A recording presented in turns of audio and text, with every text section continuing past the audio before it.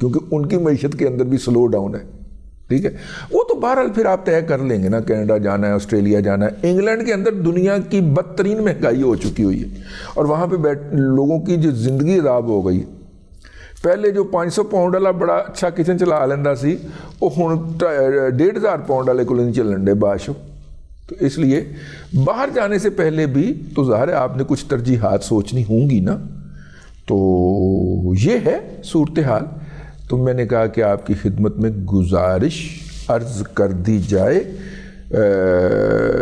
پاکستان میں معیشت کی بحالی جو ہے یا کاروبار کی بحالی جو ہے 2018 کے لیول پہ واپسی, وہ میں نے آپ کو عرض کر دی.